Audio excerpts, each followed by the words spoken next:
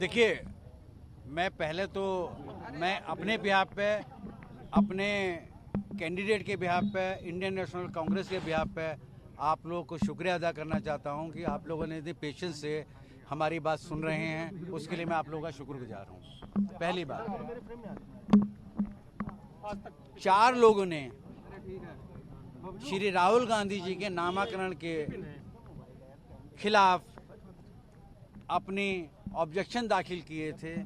हमने चारों के डॉक्यूमेंट के साथ हमने जवाब दाखिल किया था। सबसे पहले मैं अपने मीडिया भाइयों को बताना चाहता हूं कि अखबारों में छप रहा है या इलेक्ट्रॉनिक मीडिया में छप रहा है कि हमने टाइम मांगा था, ये बेसिकली गलत है।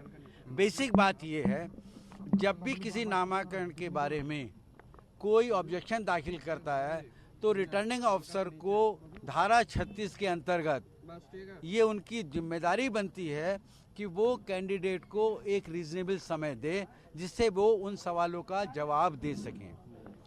इसमें स्क्रूटनी 11 तारीख को हुई थी, 11 को लगभग दोपहर को हुई थी।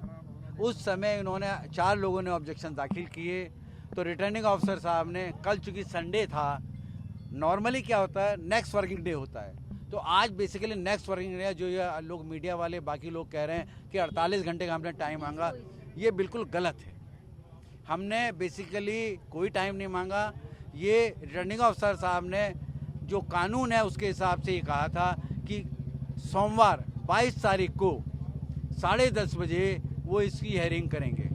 हम ठीक 10:30 बजे कोर्ट प्रांगण में पहुंच गए थे। हमने ऑब्जेक्शंस की कॉपी, जो ऑब्जेक्शन के जो हमने जवाब दाखिल किए थे, उसकी ओरिजिनल कॉपी रिटर्निंग ऑफिसर साहब को दी और उसकी कॉपी जितने भी 4 कैंडिडेट्स थे उनको हमने उसकी कॉपी दी थी। हमने एक एक सवाल का जवाब दिया था। हर सवाल को कोर्ट ने देखा है। हमारा ये कहना था, पहली बात तो ये सिटीजनशिप का कोई मुद्दा नहीं है, और यदि कोई है भी तो आपको इसको देखने का अधिकार नहीं है। सर्वोच्च न्यायालय का ये मानना है कि जो एक बार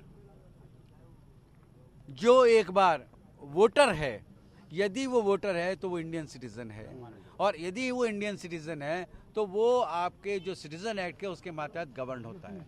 यदि किसी की सिटीजनशिप के बारे में किसी को कोई गलतफहमी है तो उसमें धारा 9(2) के मातहत उनको अप्रोच करना चाहिए। सर्वोच्च न्यायालय ने तो यहाँ तक कहा है कि यदि इसमें हाई कोर्ट को भी देखने का अधिकार नहीं है, सिर्फ जो कॉम्पिटेंट अथॉरिटी है उन्हीं को देखने का अधिकार है। ये हमने आज रिटर्निंग ऑफिसर साहब को निवेदन किया था। दूसरा, जो डिग्री का था, हमने डिग्री के बारे में बड़ा स्पष्ट किया था कि इन्होंने एमफिल की डिग्री पास की थी और 1995 में पास की थी। उस डिग्री की कॉपी भी हमने अपने जवाब के साथ लगाई है। जो उन्होंने ग्रेजुएशन किया था उसकी कॉपी भी लगाई है। जिसने ये कहा था कि साहब ये हाई स्कूल या 12th इन्होंने कहाँ से पास किया था, वो हमने नाम बता दिया है, समझे।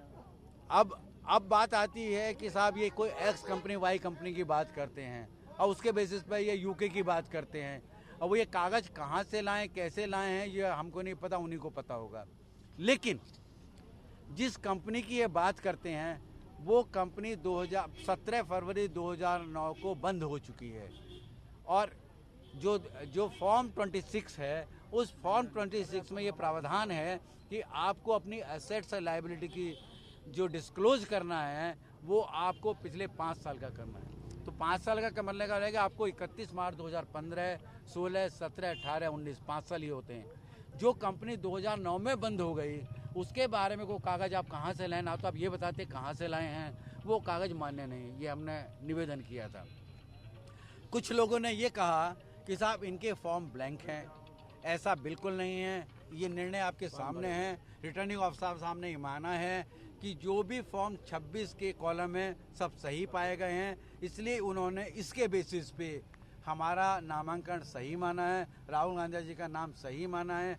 ये जितनी भ्रांतियां फैलाई जा रही हैं वो सब गलत है। आप लोगों से मेरा निवेदन है कि अपने जो भी जिस इलेक्ट्रॉनिक मीडिया को रिप्रेजेंट कर रहे हैं, करेक्ट फैक्ट्स आम जनता के सामने लाएं, जिससे वोटर को सही बात पता लगे और वो न्याय हित में होगा। ऐसा मेरा मानना है। धन्यवाद।